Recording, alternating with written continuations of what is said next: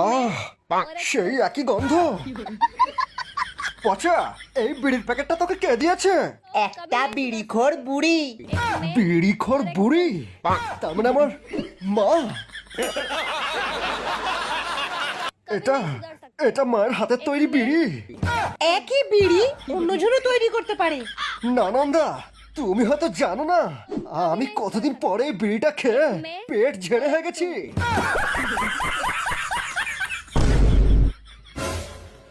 মা, মা, তুমি জানো যে আমি তোমার স্পেশাল বিড়ি ছাড়া কিছু খেতে পারি না মা। মা গো, আমাকে একবার একবার তোমার স্পেশাল বিড়িটা খেতে দাও মা। কতদিন আমার পায়খানা ক্লিয়ার হয়নি মা, একবার।